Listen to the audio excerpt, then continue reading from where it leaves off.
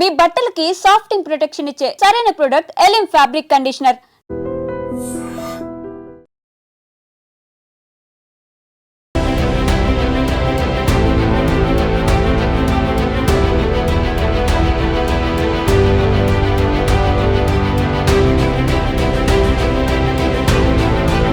అహ్మదాబాద్ మేఘాణిలో జరిగిన విమాన ప్రమాదం దేశ చరిత్రలోని విషాదకరమైన ఘటనగా చెప్పొచ్చు.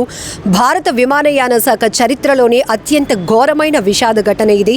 విమానం కుప్పకూలిన ఘటనలో మొత్తం 242 మంది మృతి చెందినారు, ఒక్కరు కూడా మిగల్లేదు అంటూ అహ్మదాబాద్ సిపి జ్ఞానేందర్ సింగ్ అసోసియేటెడ్ ప్రెస్కి ప్రకటించారు. ఇది తీవ్ర విషాదకరమైన ఘటన, ప్రతి ఒక్కరి గుండెలు పగిలిపోతున్నాయి. ఇంత పెద్ద ప్రమాదం, ఈ ప్రమాదంలో ఇంతమంది మృతుల సంఖ్య ఊహించలేకపోతున్నారు ఎవరు కూడా. 2 శిశువులతో పాటు 13 మంది చిన్నారులు కూడా ఈ ప్రమాదంలో మృతి చెందారు. అలాగే పోర్చుగల్కు చెందినటువంటి 7, కెనడాకు చెందినటువంటి ఒకరు కూడా ఉన్నట్లు తెలుస్తోంది. మొత్తం 242 మంది కూడా కన్ను మూశారు, మంటల్లో చిక్కుకుని కాలిపోయిన పరిస్థితి తీవ్ర విషాదాన్ని నింపుతుంది ఘటన. ఒక్కసారిగా పెద్ద ఎత్తున ప్రమాద ఘటన తెలిసిన వెంటనే సహాయక చర్యలు పెద్ద ఎత్తున కొనసాగాయి. ఆ సకలాల కింద కాలి బూడిదవుతున్న సకలాల కింద చిక్కుకున్న వారిని వెలికి తీస్తే ఎవ్వరూ కూడా ప్రాణాలతో లేనటువంటి పరిస్థితి. అహ్మదాబాద్ మేఘాణి నుంచి మధ్యాహ్నం 1:17 టేకాఫ్ అయిన 9 నిమిషాల వ్యవధిలోనే విమానం ప్రమాదానికి గురైంది. సాంకేతిక లోపమే కారణంగా తెలుస్తోంది. ప్రధానంగా మొదట దీని వెనకాతల కుట్రకోణం ఉన్నట్టు కేంద్ర విమానయాన శాఖ అనుమానం కూడా వ్యక్తం చేసింది, ఒక ప్రకటన కూడా చేసింది. అయితే టెక్నికల్ లోపం వల్లే ఈ ప్రమాదం జరిగినట్టుగా కూడా ఇక్కడ తెలుస్తోంది.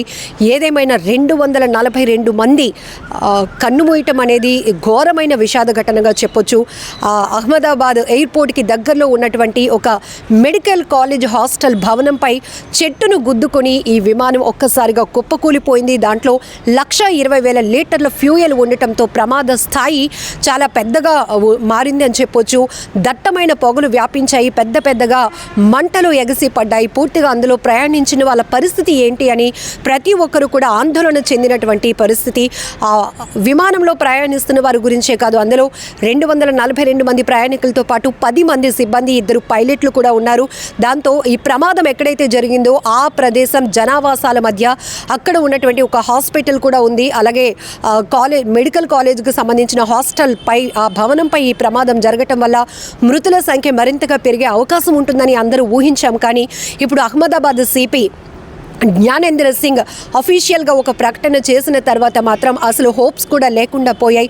అందులో శిశువులు, చిన్నారులు, పెద్దవాళ్ళు, ముసలివాళ్ళు వీరంతా కూడా. మరొక వైపు చాలా బాధాకరమైన విషయం, గుజరాత్ మాజీ ముఖ్యమంత్రి విజయ్ రూపానీ కూడా ఉన్నారు, అందులో ప్రయాణిస్తున్నారు. సెకండ్ రోలోనే ఆయన ఉన్నట్టు ఆ విమానంలో ప్రయాణిస్తున్నటువంటి దృశ్యాలు కూడా మీడియా ద్వారా బయటకు వచ్చాయి.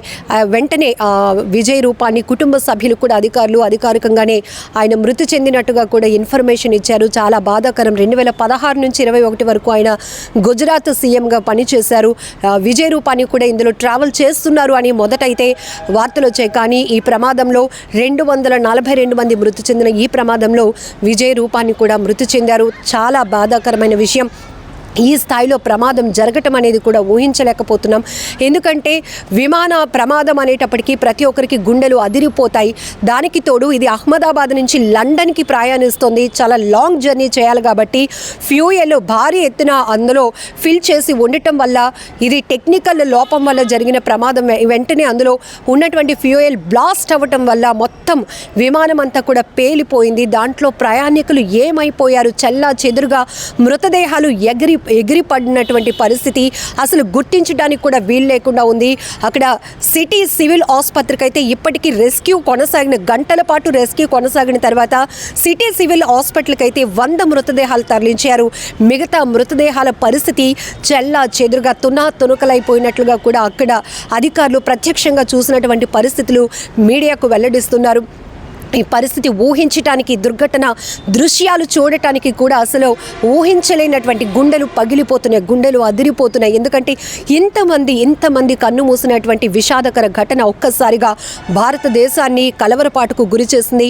ఇప్పటికే ప్రధాని మోదీ కూడా ఫోన్ కాల్ ద్వారా అసలు ఏం జరిగింది అని అడిగి తెలుసుకున్నారు ప్రమాద ఘటనకు సంబంధించి.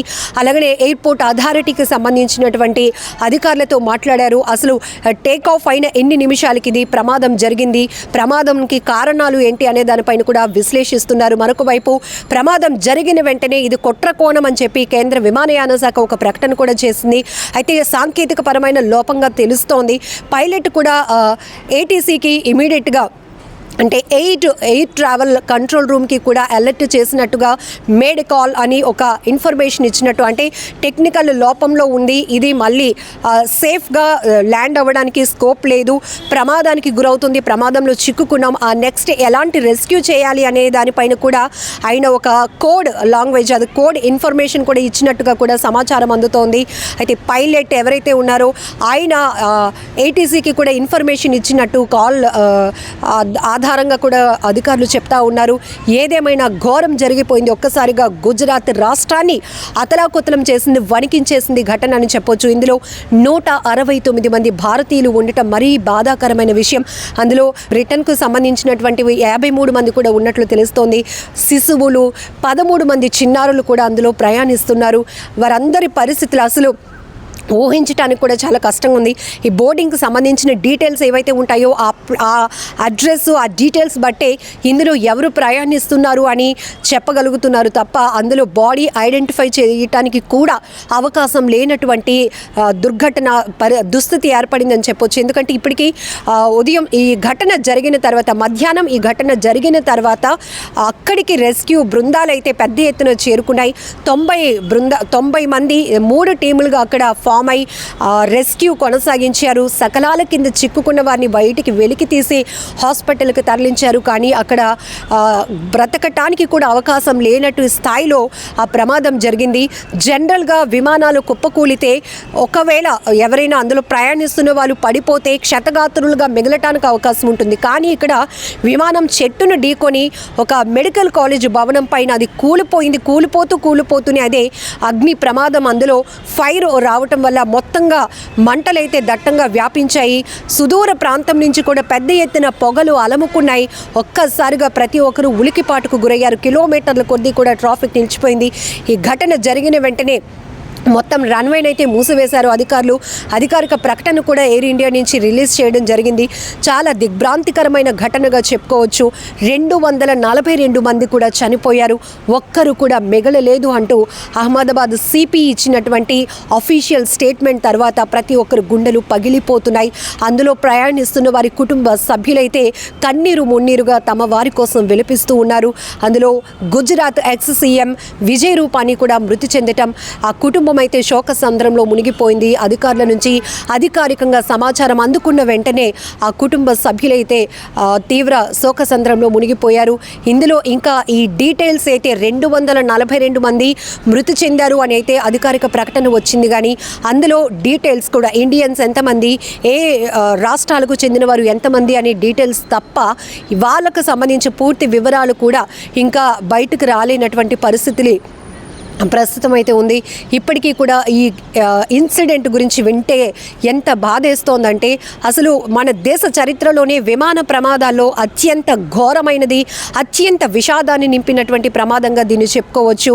ఎయిర్ ఇండియా విమానం కుప్పకూలింది అని చెప్పగానే ఉరుకులు పరుగులు పెట్టి అహ్మదాబాద్ ఎయిర్పోర్ట్కి సమీపంలోనే ఘటన జరగటం వల్ల ఇమీడియట్గా రెస్క్యూ ఆపరేషన్ కొనసాగించడానికైతే సహాయక బృందాలు అక్కడికి పెద్ద ఎత్తున చేరుకున్నారు. ఎయిర్పోర్ట్ అధికారులు కావచ్చు, అధికార యంత్రాంగం కూడా పరుగులు పెట్టింది. విమాన ప్రమాదంలో 242 మంది, ఒక్కరు కూడా బ్రతకలేదు, అందరూ చనిపోయారు అనుకున్న తరుణంలో ఒకే ఒక్కడు మృత్యుంజయుడు. ఇంత భారీ విమాన ప్రమాదం నుంచి తను ప్రాణాలతో బయటపడటం చాలా ఆనందకరమైన విషయం. ఇంత పెద్ద ప్రమాదం నుంచి అతడు ఇలా నడుచుకుంటూ వస్తూ ఉంటే నిజంగా ఈ వ్యక్తిని చూస్తుంటే ప్రతి ఒక్కరు కూడా చాలా హ్యాపీగా ఫీల్ అవుతున్నారు. బ్రిటిష్కి చెందినటువంటి విశ్వాస్ తన కుటుంబాన్ని చూడటానికి కొన్ని రోజులు భారతదేశంలో ఉన్నాడు. అతని తమ్ముడు అజయ్ కుమార్ రమేష్తో కలిసి యూకేకి తిరిగి వెళ్తున్నాడు. బోర్డింగ్ పాస్ ఇంకా తన వద్దే ఉన్న విశ్వాస్ హెచ్టీకి ఇలా చెప్పాడు, నేను లేచి చూసేసరికి నా చుట్టూ మృతదేహాలున్నాయి. నేను చాలా భయపడ్డాను, లేచి పరిగెత్తాను. నా చుట్టూ విమానం ముక్కలున్నాయి. ఎవరో నన్ను పట్టుకుని అంబులెన్స్లో ఉంచి ఆసుపత్రికి తీసుకొచ్చారు. తాను 20 సంవత్సరాలుగా లండన్లోనే ఉంటున్నానని, తన భార్య బిడ్డ కూడా లండన్లోనే నివసిస్తున్నారని విశ్వాస్ చెప్పాడు. తన సోదరుడు అజయ్ విమానంలో వేరే వరుసలో కూర్చున్నాడని కూడా చెప్పారు. మేము డయ్యూను సందర్శించాం. అతను నాతో ప్రయాణిస్తున్నాడు. నేను ఇప్పుడు అతన్ని కనుగొనలేకపోయాను. దయచేసి నా తమ్ముడి ఆచూకీ కనుగొనటానికి నాకు సహాయం చేయండి అని ప్రాధేయపడుతున్నాడు. విమాన ప్రమాద మృతులకు పరిహారం ప్రకటించింది టాటా గ్రూప్. ఒక్కో ప్రయాణికుడికి ₹1,00,00,000 ఎక్స్ గ్రేషియా ప్రకటించింది.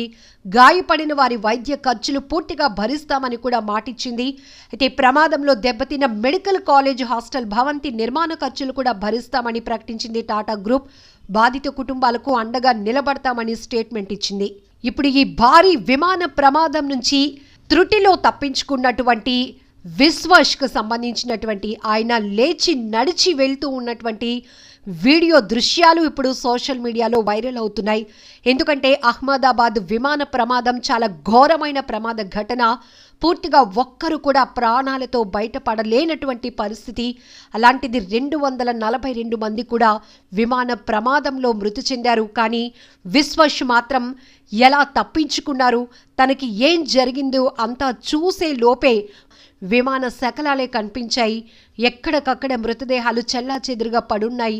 కానీ తననెవరో హాస్పిటల్కు తీసుకొచ్చారు అంబులెన్స్లో. ఈ విషయం మాత్రమే గుర్తుంది అన్నట్టు అతను చెప్తున్నాడు. అయితే తన సోదరుడు ఆచూకీ కోసం తనకు సాయం చేయండి అని కూడా రిక్వెస్ట్ చేస్తున్నారు విశ్వాస్. నిజంగా ప్రస్తుతం ఉన్నటువంటి సమాజం దేనికి ప్రయారిటీ ఇస్తుంది? ఆర్థిక సంబంధాల చుట్టూ మాత్రమే తిరుగుతోంది. మళ్ళీ ఎన్నికలంగానే చాలా విరక్తి కలుగుతున్నాం. మంచి అనిపిస్తుంది కదా, లేడీస్ కూడా ఛాలెంజింగ్ జాబ్స్ చేసినప్పుడు చాలా బాగుంటది. ట్రాఫిక్ అసిస్టెంట్స్ గా నియమించిన ట్రాన్స్జెండర్స్ అందరితో సాల్యూట్ చేయించుకుంటున్నారు. ఫుడ్ డెలివరీ ఇవ్వటానికి వెళ్ళినటువంటి డెలివరీ బాయ్ అనిల్ పై కళ్ళ ముందు